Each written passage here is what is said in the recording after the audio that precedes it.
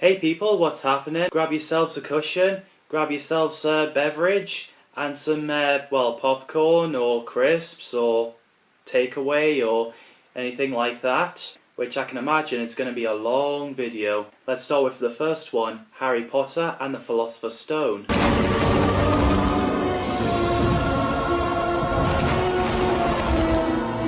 So back in 1997, David Heyman, the producer, wanted to adapt the children's book to a film, so he thought of The Ogre Downstairs, but his plans fell through, so a staff in Heyday Film suggested Harry Potter, starting with Philosopher's Stone, or Americans call it Sorcerer's Stone. And his assistants loved the idea, and in 1999, J.K. Rowling sold the rights to Warner Bros. Steven Spielberg got offered to direct the film but turned it down, although he said he would have liked making an animated film with an American actor, Haley Joel Osment, to voice Harry, or film taking elements from books as well.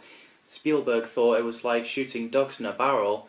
It's just a slam dunk. It's just like withdrawing $1 billion and putting it into your personal bank account, and there's no challenge. So he then chose to direct AI, artificial intelligence, instead.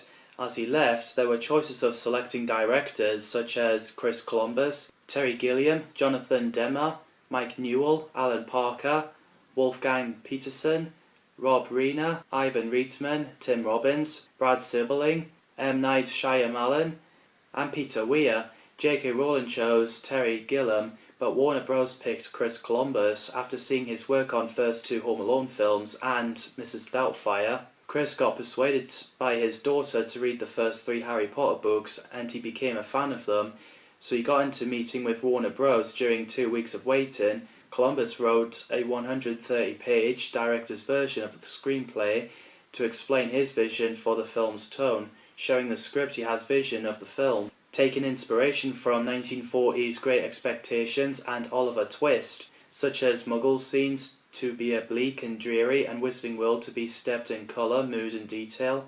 He also wishes to use that part of darkness, the sort of edge, that quality to the cinematography, taking colour inspiration from Oliver and The Godfather. Steve Kloves got picked as a screenplay and thought it would be hard to do, but as he read Harry Potter book, he became the fan of the series and wanting to keep it British and the characters stay true to the books. He was nervous to meet J.K. Rowling because he said she was really ready to hate him, but turned out okay in the end. Harry Potter, the boy who lived, is played by Daniel Radcliffe, who survived the killing curse from Voldemort just after his parents were killed, so he lives with the Dursleys in Privet Drive. Harry wasn't fairly treated by them, so he eventually became a wizard student for Hogwarts. Daniel Radcliffe was found by David Heyman, the producer, and Steve Kloves, the screenwriter, in the theatre as they're watching Stones in His Pockets. They described Dan as curious and funny and so energetic.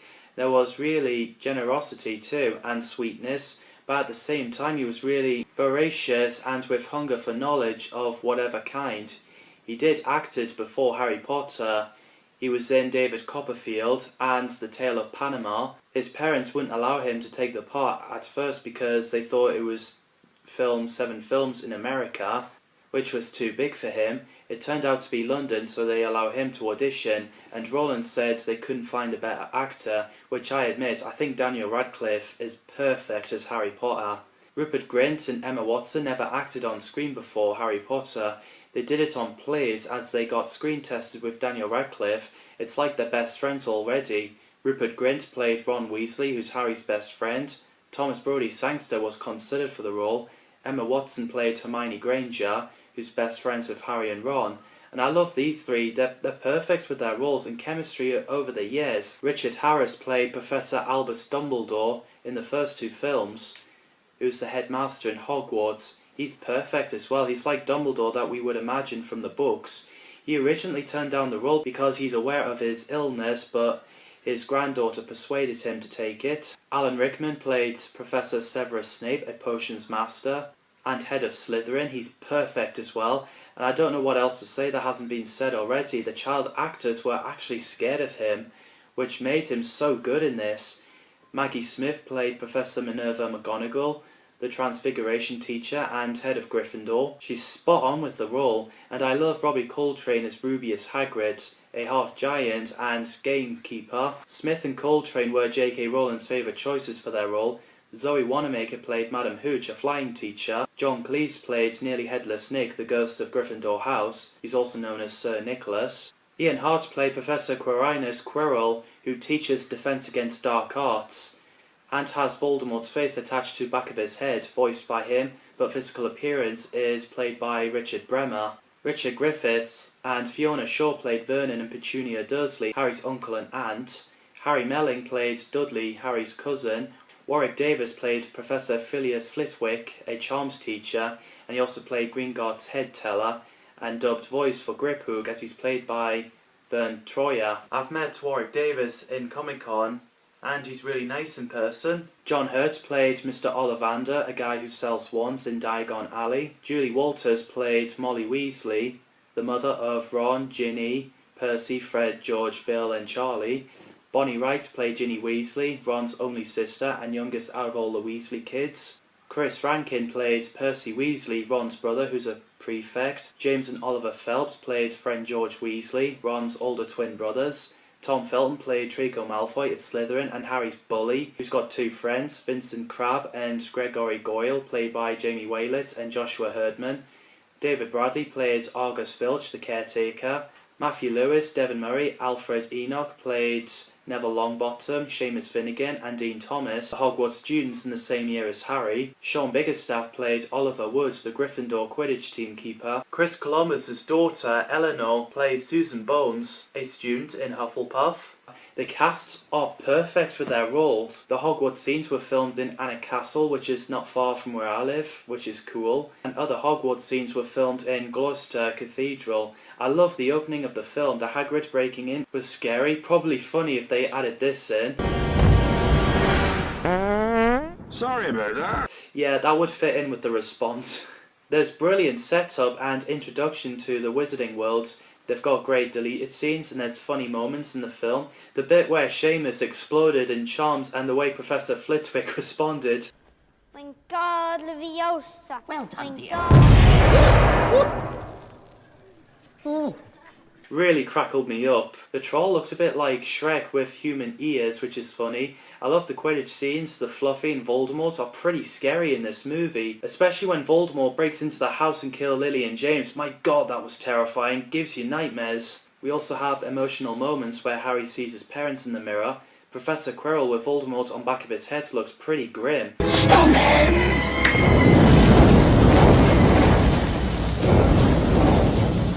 I thought Dumbledore eating earwax flavoured Bertie Bott's every flavoured beans was pretty amusing.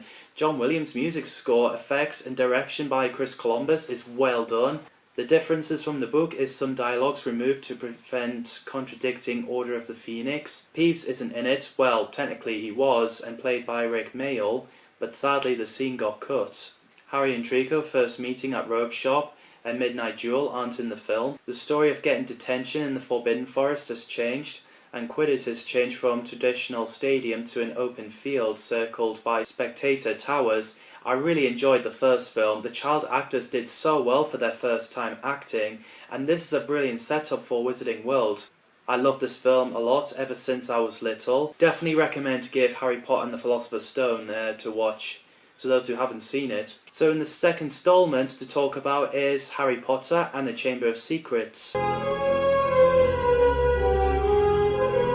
So in this movie it's about Harry's second year in Hogwarts, where the House Elf shows up. The Heir of Slytherin opens the Chamber of Secrets and releases the monster that petrifies people in school. So Stuart Craig, the production designer, came back as he did the first film, designed the Burrow based on Arthur Weasley's interest in Muggles, building it out of architectural salvage. The flying cars created from 1962 Ford Anglia 105E, and Dumbledore's office got designed as well, and so is the Chamber of Secrets. The cast from the first film has returned for this movie. Sadly, this is Richard Harris's final portrayal as Dumbledore, as he sadly passed away before the film got released. So we're looking at the new characters, starting with Kenneth Branagh, who played Professor Gilderoy Lockhart, a celebrity author who makes everyone believing he's a magical hero or something and teaches defense against dark arts. In this film, before he was casted, Hugh Grant was considered for the role but turned it down because of the commitments.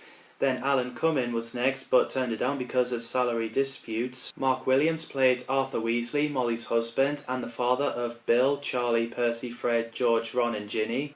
I've met Mark Williams in person at Comic-Con, and he's a lovely chap in person. Jason Isaacs played Lucius Malfoy, the father of Draco Malfoy, who works at the Ministry of Magic and eventually becoming a Death Eater. Gemma Jones played Madame Poppy Pomfrey, who's a nurse in Hospital Wing.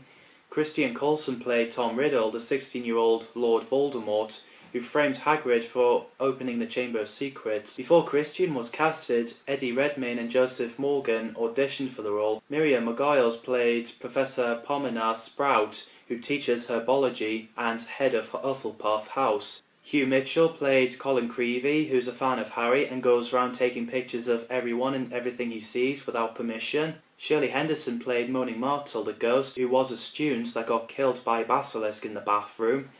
Toby Jones played Dobby the house elf, who serves Malfoys but later got freed.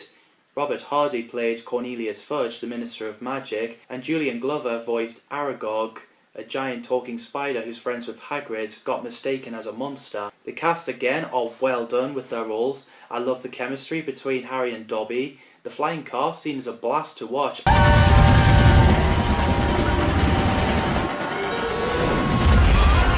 I love it the way Dudley says, "I'll be waiting to open the door." Waiting to welcome them graciously to our home. Good. And Dudley, you will be... I'll be waiting to open the door. Imagine talking like that as you entered someone's home. Can I come in, sir? You'll more likely get an extreme answer depending which person it is. And the stuff about Japanese golfer joke is pretty interesting. I highly recommend learning more about that. The Nocturne Alley looks pretty grim. The Cornish pixies are fun and cute creatures. It was funny the way they pulled Neville's ears. My god, Malfoy is such a bully in this film. Especially abusing Hermione. I love the mysteries going on. Who's the heir of Slytherin? Who opened the Chamber of Secrets? What monster is it? I love the backstories of how Hogwarts were founded. They should do that movie. Spider scenes were pretty intense. I love Ron's line in this. Can we panic now? The sound of voices writing on walls and people petrified is so scary. There's fantastic duel scenes, and I thought the basilisk is pretty badass.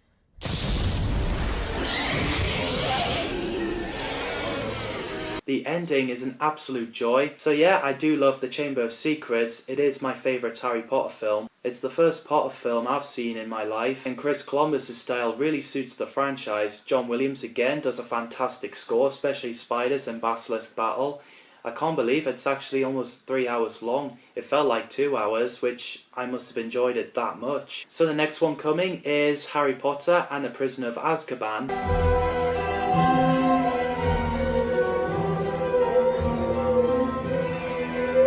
The story is Harry's third year in Hogwarts and someone called Sirius Black escaped from Azkaban, and there's rumours about him being a Death Eater. So this film got released 18 months after Chamber of Secrets to give films each time that's required. Chris Columbus decided not to direct the film as he's barely seen his kids. However, he chose to produce it, then he can spend more time with his kids. Guillermo del Toro was chosen to direct this film to make it Dickinson version, but he got put off by the first two films as he found it too bright and happy and full of light. Mark Forster chose to direct Finding Netherlands over this film, saying he's not directing child actors again. M. Night Shyamalan was busy working on The Village movie, so Warner Bros. Brought 3 options of directors: Callie Corey, Kenneth Branagh, Alfonso Cuarón, so it later went to Alfonso. He did hesitate at first because he hasn't read the books and seen the films, so Guillermo del Toro encouraged him to read the books, and well, he did and became the fan of the books, so Alfonso chose to direct it. J.K. Rowling loved his film, Why to Mama Tambien and A Little Princess. David Heyman thought it was perfect fit with the tone and style. Alfonso wanted to make Hogwarts more contemporary and a little more naturalistic, and given the costumes and sets more mature tone. so the scenes got filmed in Loch Shee. These characters from the first two films made a return. Michael Gambon played Professor Albus Dumbledore from this film and the rest of Potter films, replacing Richard Harris. The actors were considered replacing him were Christopher Lee, but he turned it down for commitments. So it went to Ian McKellen, but he turned it down because it was too similar playing Gandalf in The Lord of the Rings. Richard Harris's family suggested Peter O'Toole, but the producers wouldn't have it because the concern of his age and health. Gary Oldman played Sirius Black, Harry's godfather, who escaped from Azkaban after being locked up for 12 years, being accused of betraying Harry's parents to Voldemort. Gary accepted the part for money as he hasn't taken on any major work for a few years, and he's definitely one of my favourite characters from the Potter franchise. David Thewlis played Remus Lupin, the teacher of defence against dark arts, a werewolf and a friend of Lily, James and Sirius, and was Peter. David was originally going to play Professor Quirrell before it went to Ian Hart. He encouraged David to take the role as Lupin, so he read part of the first book, then the third one as he got the part, and he's watched the first two films. Timothy Spall played Peter Pettigrew, aka Wormtail, who was a friend of Lily and James Potter, but he revealed that he betrayed them to Voldemort, and he wasn't killed. After the rumour spreading about Sirius killed him, the only thing that left was his finger. Emma Thompson played Professor Sybil Trelawney, who teaches divination. Warwick Davis was originally just playing the conductor for Hogwarts students doing the choir, but because Flitwick's absence of the script, that's what he ended up look like in the rest of the films. Marge is played by Pam Ferris. Not that Marge. There we go. Vernon's sister, who says nasty things about Harry's parents, which resulted her blowing up into helium balloon and flying away, which is a funny scene. Lee Ingleby played Stan Shunpike, the night bus conductor. Dawn French played the Fat Lady, a moving painting at Hogwarts replaced Elizabeth Spriggs. There's great casting here. I love the night bus scene. It's a blast to watch. Take her away, Ian. Yeah, take it away, Ernie. It's going to be a bumpy ride. And especially the decapitated, wisecracking Rastafarian air freshener, voiced by Lenny Henry. There's a lot of scary stuff in there, like the dog appearing, Sirius Black and the Dementors in the train.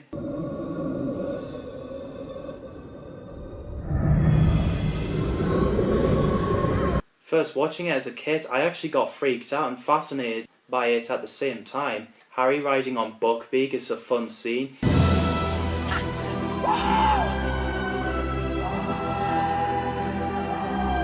And you can see Buckbeak taking a poo. Gross, it's pretty funny. I love the idea of Boggart where anything you're scared of pops up, then turn it into something funny. Neville's fear is Snape, Parvati is Giant Snake, Ron is Spider, Lupin is Moonlight, and Harry is Dementor. This is also the first mention of Harry got his mother's eyes. The best Snape's line has got to be... Turn to page 394. Fantastic number to pick out of all of them. Turn to page 394. Gotta love page 394. The Quidditch scene really gives me the chills with the cloud shape of the dog. I love the Marauders map, I always wanted one. Offer their compliments to Professor Snape and request that he keep his abnormally large nose out of other people's business. Why, you insolent little... Professor. I also found out in the scene where the students uses the sleeping bags at the Great Hall, Michael Gambon and Alan Rickman put the sound of fart in Daniel's bag, which made everyone laugh, which is really funny. I get the goosebumps when Sirius first showed up inside the Shrieking Shack. The Whomping Willow attacks looked pretty lethal as hell. I love the small talk between Harry and Sirius. I really love their chemistry. And there's a great idea with the time turning as well. The differences from the book is that Harry's parents' connection to Marauders Map is briefly mentioned in the film. Sirius' backstory is cut, and so is Snape's potion class. The romantic between Ron and Hermione, and also Harry and Cho Chang. The bit where Harry says, "I'm going to kill him" in the book, he said he's too stunned to move. I really enjoyed Prisoner of Azkaban. The effects is great, the direction by Alfonso Cuarón, music by John Williams are fantastic. Next is Harry Potter and the Goblet of Fire.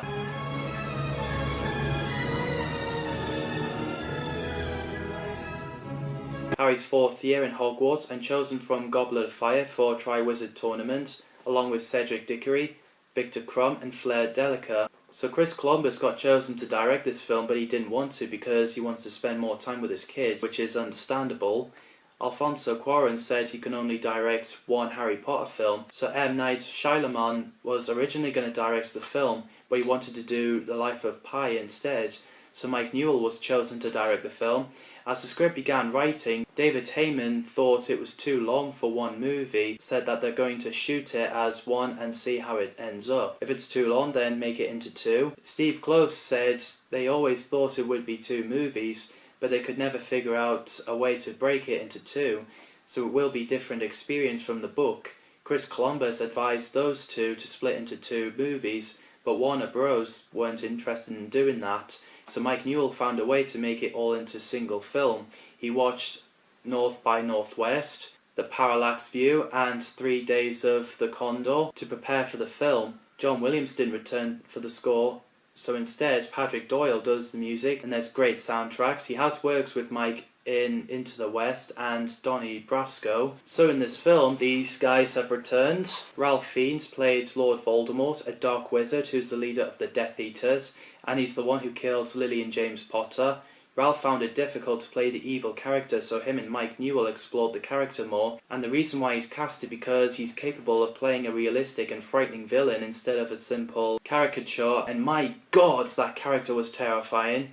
Brendan Gleeson played Alistair Mad-Eye Moody, who was an aura and a Defense Against Dark Arts teacher, although throughout this movie Barty Crouch Jr. disguised himself as Mad-Eye Moody. The only time we see the real Mad-Eye is towards the end where he's inside the chest. He was scary as well.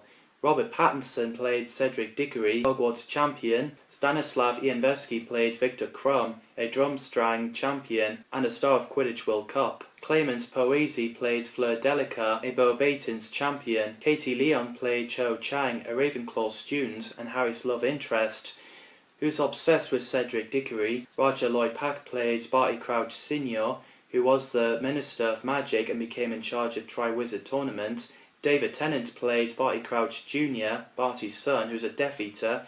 It's so cool he's in it, and ironically those two appeared in my favourite Doctor Who story together. Jeff Rawle played Amos Diggory, Cedric's father. Miranda Richardson played Rita Skeeter, who writes for Daily Prophet. Predrag Bielich played Igor Karkaroff, who was a Death Eater and became headmaster of Drumstrang. Frances de la Tour played Madame Maxine, headmistress of Beauxbatons. Shefili Chaudhry and Afshan Azad played Parvati and Padma Patil, the twins who Harry and Ron dated at the Yule Ball. Eric Sykes played Frank Bryce, the caretaker. John Hurt did return as Ollivander for this movie, but for some reason that scene got cut out. There's great casting. Here in the runway!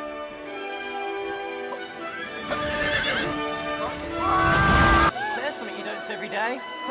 Here in the runway!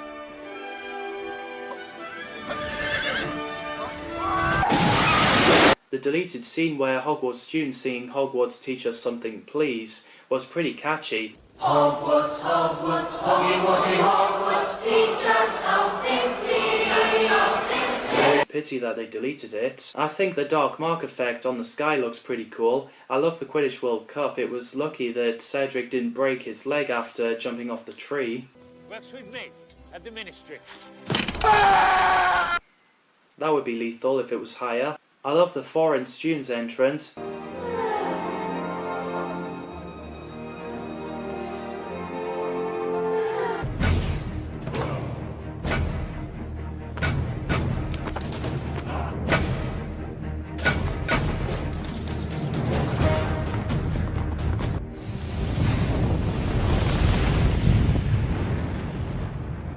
The unforgivable curses were great to explore. The bit where Mad-Eye Moody turned Malfoy into Ferret was pretty funny. Oh, my father will hear about this! Is that a threat? Differences from the book are there's no Privet Drive, the Dursleys aren't in it. They had to remove Quidditch World Cup for the length of the film. Dobby isn't in it, and his character is replaced by Neville. There's no scene where Harry gives 1,000 galleons to friend George. Barty Crouch Jr. got sent back to Azkaban instead of killed off. There's no scene where Cornelius Fudge, disbelieving that Voldemort returns, which is saved for the next film. and the characters from the Goblet of Fire book aren't in the film are Bill Weasley, Charlie Weasley, Ludo Bagman, Winky, Narcissa Malfoy and Bertha Jorkins. I enjoyed this film as well. There's a lot of great stuff in there.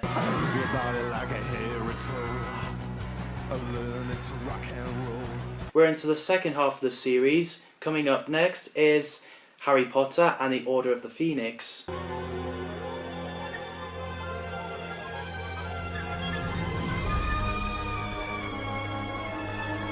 Harry's 5th year in Hogwarts and the Ministry of Magic choose to deny that Voldemort has returned. So Mike Newell chose not to direct this film. Jean-Pierre Jeunet, Guillermo del Toro, Matthew Vaughn and Mira Nair didn't want to direct this film. So David Yates got chosen to direct this film as they see him able to handle edgy and emotional film without a political backstory. Before he directed Harry Potter films, he did State of Play, Sex Traffic and The Girl in the Cafe, and he made films in the UK about politics without heavy themed.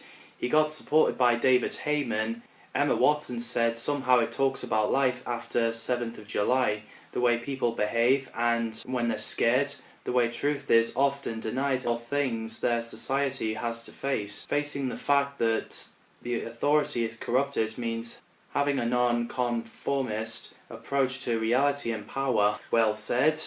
This is the only Potter film that Steve Kloves didn't do a screenplay, so instead it got taken over by Michael Goldenberg. Nicholas Hooper does the music, and there's great soundtracks in this movie as well. We have these returning characters. Ivana Lynch played Luna Lovegood, a Ravenclaw student. Apparently there was over 15,000 girls waiting in line to get the part. Saoirse Ronan was considered too young, so Ivana won, and she's fantastic. Timothy Spall didn't return as Wormtail because he was busy working on Enchanted, so the young version is played by Charles Hughes. Susie Shinner and Robbie Jarvis played young Lily and James Potter. James Walters and James Utekin played young Sirius Black and Remus Lupin. George Harris played Kingsley Shacklebolt, who's part of Order of the Phoenix and was an Auror. Natalia Tena played Nithadora Tonks, who's also part of the Order of the Phoenix and later married to Remus Lupin. Catherine Hunter played Mrs. Fig, the Dursleys' neighbour, who was also a squib as well as Filch. Timothy Batson voiced Creature, the house elf, who served Sirius Black and his family. Tony Maudsley played Grawp, Hagrid's half-brother. Imelda Staunton played Professor Dolores Umbridge, who works at Ministry of Magic and became the Defence Against Dark Arts teacher, taking over the Hogwarts School of Witchcraft and Wizardry. My God, what a nasty piece of work that character is. Imelda played it so well. She's a nice person in real life, but the character, oh, you really hate her. Bravo, Imelda. You should get a gold medal for that. Helena Bonham Carter played Bellatrix Lestrange, who's a Death Eater, and Sirius Black's cousin. What an evil character.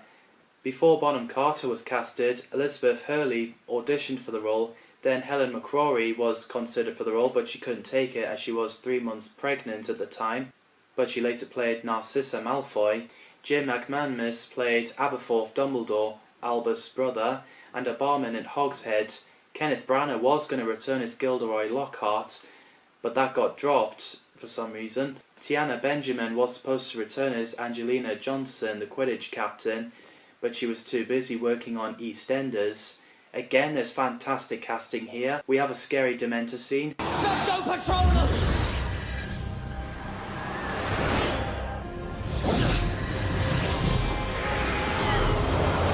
Dudley has become more horrible, the way he picked on Harry at the park, making fun of his parents and Cedric. Is she dead? Is she a dead tot? I love the broomstick flying scene in London. Absolute blast to watch. There's great sets with their headquarters, Room of Requirement, Ministry of Magic, Department of Mysteries, and everything. Harry's dreams and Voldemort's vision was pretty scary. The bit where Arthur gets attacked seems pretty lethal. I enjoyed the duel scene in Room of Requirement.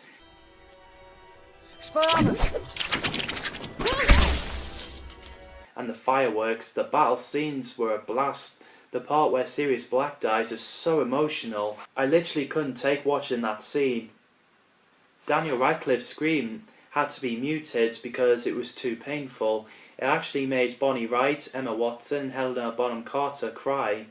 Bless him. There's fantastic acting there. And I love the chemistry between Harry and Sirius. That's the best part of the film. And I also like the Order of the Phoenix backstory. I thought it was interesting. The battle between Dumbledore and Voldemort was well done. Any differences from the book? Hell yeah, a lot. Dobby isn't in this film either. Neither are the Quidditch scenes, which disappointed Rupert as he was looking forward to it. Hermione blackmailing Rita Skeeter isn't in the film, and there's no scene with Hospital seeing Lockhart return, as I've already mentioned. Order of the Phoenix is the longest part of the book and the second shortest film. Michael Goldenberg, as he was looking to cut down, he said the best equivalent way to tell the story. His job was to stay true to the spirit of the book rather than to the letter. J.K. Rowling told them to do what they have to do. She just wants to enjoy the film. There was a journey for Harry's emotions. Michael Goldenberg and David Yates looked for every opportunity to get everything they could in there, and where they couldn't, to sort of pay homage to it, to have it somewhere in the background or feel like it could be taking place off screen. Another part of film I really enjoyed, coming to 6th installment, is Harry Potter and the Half-Blood Prince.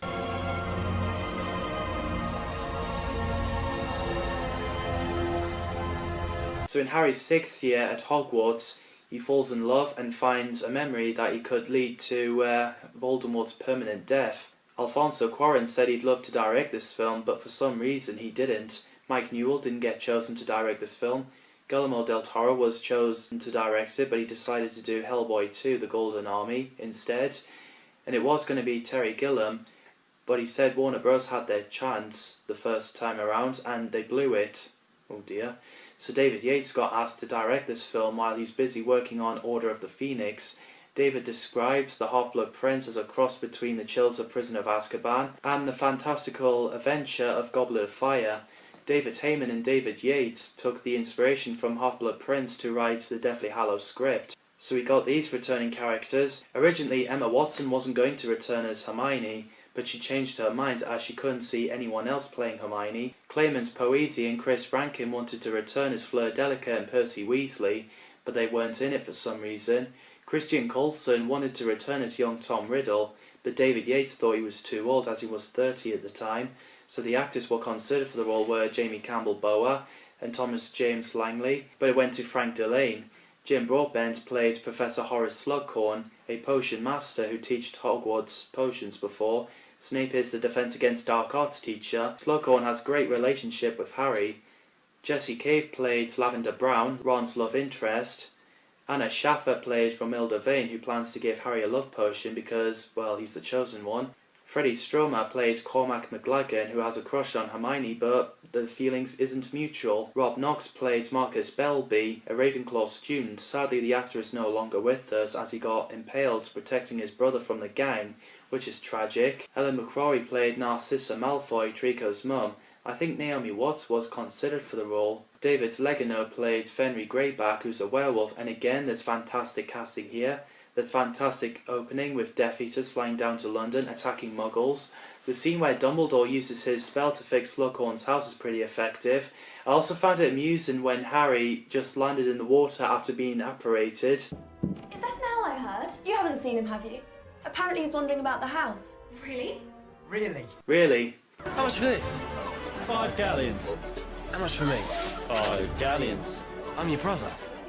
10 galleons. Gotta love the Weasley Wizards. Apparently, in the book, Hermione gets punched in the face by a boxing glove and get a black eye, but doesn't happen in the film. I think Harry and Luna's chemistry is pretty sweet. The romance between Harry and Ginny has handled well. The part that I found pretty scary was when Katie Bell got cursed, and that face, my god, that's pretty scary. There's great backstories exploring in the Pensive. I love Snape's face in Hospital Wing after Ron finished with Lavender, it's pretty hysterical. We also have pretty emotional scenes like Aragog's death. Harry cast a spell on Draco, which gave him cuts all over his body. Dumbledore drinking the potion. One more, and then I promise. I promise I'll do what you say. I promise. The cave scene was pretty scary, and the most emotional scene has got to be Dumbledore's death.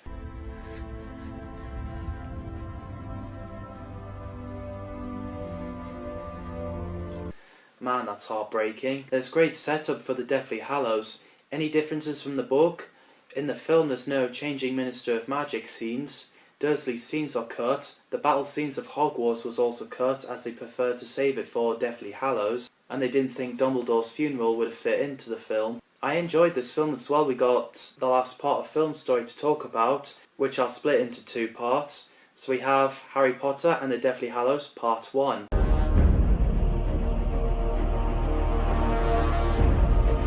In this film, Harry goes on a quest to find all Horcruxes and destroy them all in order to kill Voldemort forever. Because of the length of Deathly Hallows book, Lionel Wigram, the executive producer, suggested split into 2 films. David Heyman didn't want that. J.K. Rowling agreed with splitting into 2 films. Alfonso Cuarón would have loved to return to direct. Guillermo del Toro would have loved to direct it, but The Hobbit ruled him out. Chris Columbus would love to return to direct it, but David Yates chose to direct it. He described Part 1 as a road movie and Part 2 as much more operatic, colourful and fantasy-oriented, a big opera with huge battles. These characters returned. Daniel Radcliffe said this is a road movie, particularly in Part 1 of the film. People have been so used to seeing Harry Potter at Hogwarts, and they're just not there for the first part of the film. That seems to have really freshened things up a bit, and hopefully we'll get people seeing the films with fresh eyes again, because it's just a totally different look when you're not just sat in the same room the whole time. Warwick Davis played Griphook in the last 2 films. Domhnall Gleeson played Bill Weasley, Molly and Arthur's oldest son, and brother of Ron, Ginny, Fred, George, Percy and Charlie. In real life, his father is Brendan Gleeson, who played Mad-Eye Moody, which is cool. Rhys Ifans played Xenophilia Lovegood, Luna's dad. Bill Nye played Rufus Scrimgeour, a Minister of Magic who replaced Cornelius Fudge. Apparently he was in Half-Blood Prince, but the scene got cut, but at least he reprised the role in this film, because he's fantastic. Guy Henry played Pius Thickness, who was a Death Eater and became the Minister of Magic after Scrimgeour was killed. Peter Mullen played Carbon Yaxley, a Death Eater working at Ministry of Magic. Caroline Pickles played Charity Burbage, a Muggle teacher in Hogwarts who believes Muggles are no different to wizards and witches, which led to her death, killed by Voldemort, and her corpse devoured by Nagini, the giant snake. David Ryall played Elphias Dodge, an old friend of Dumbledore, and Andy Linden played Mundungus Fletcher, who was a thief but got a locket taken off him as he was being threatened by Umbridge. Again, there's well casting in the movie. I love the opening of the film. The sky battle is my favourite part of this movie. It's pretty epic. And I love the scenery. The running from Yaxley was pretty intense. The locket opening scene. Happy without you. Who could look at you compared to Harry Potter? With all the oozing effects, and Godric's Hollow looks pretty grim. When I was a kid, the scenes I had to look away from was George's ear was bleeding and Ron being splinched. Yeah, it was pretty gross, and I'm kind of squeamish when it comes to blood and gore. Nagini fight scene looks pretty lethal.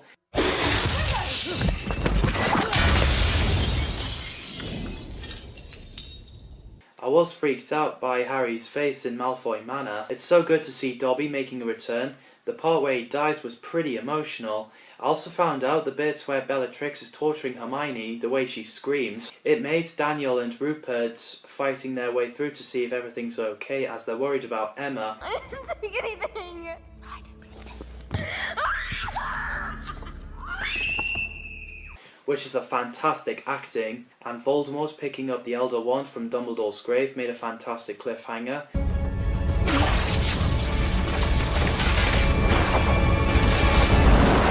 Because the Dark Lord has the most powerful wand, and it seems like a lot of shit is going down.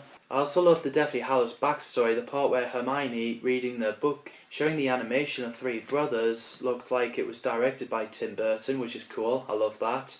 I always thought Death looks a bit like General Grievous from Star Wars. I absolutely loved Deathly Hallows Part 1. Gave me goosebumps. The direction, effects and battle scenes is well done, and I really love the music by Alexandra Desplat. I listen to them a lot. Now it's time to talk about the last one, which is Harry Potter and the Deathly Hallows Part 2.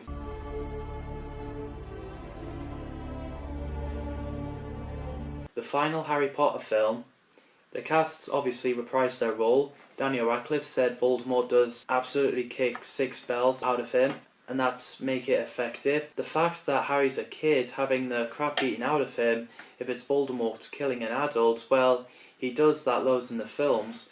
To see him brutalising and desperately trying to kill a 17-year-old boy is hopefully going to shake some people up, and David Yates wanted to bring many actors return for their roles as he could.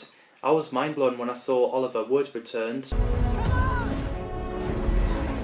Ciarán Hinds played Aberforth Dumbledore in this movie. John Kay played Bogrod, a Gringotts goblin that Harry and Ron casted Imperio on. E.B. Beardsall played Ariana Dumbledore, Albus and Aberforth's sister, and they all begin with A's.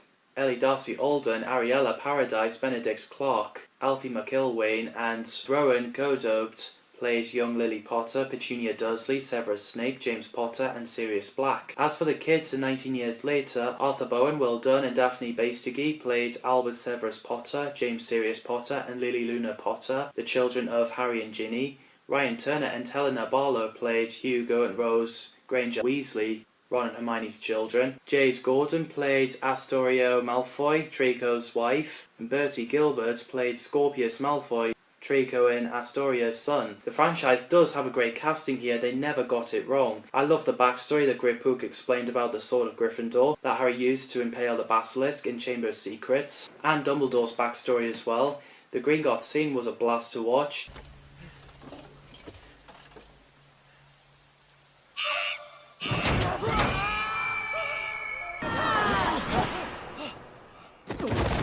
I love the dragon scene.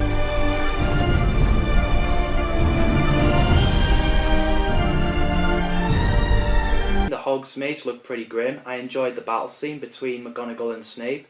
When I first saw that clip, I was mind blown. I really wasn't expecting to see that. Shield spell for Hogwarts is pretty cool.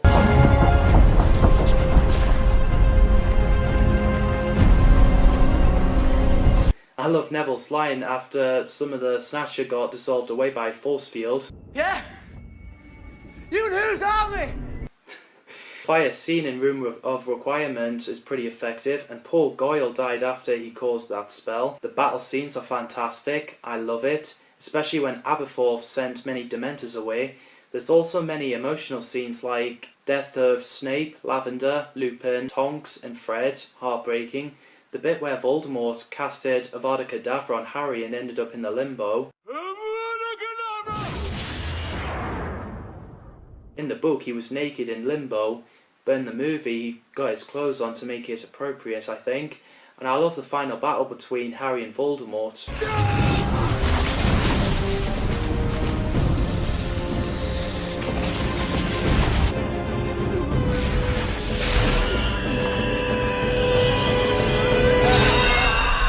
Molly destroyed Bellatrix is pretty gangster. Not my daughter, you bitch!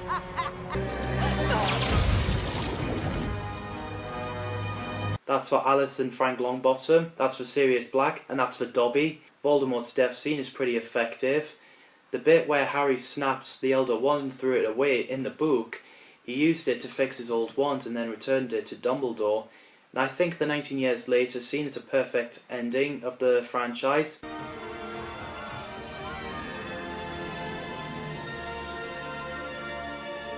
I love this film as well. I really love all 8 Harry Potter films. It's always a joy to do a Harry Potter marathon. At least it gave us Fantastic Beasts films. That's all the Harry Potter films. I enjoyed the books and games. Thanks for watching, people, and see you in the next video.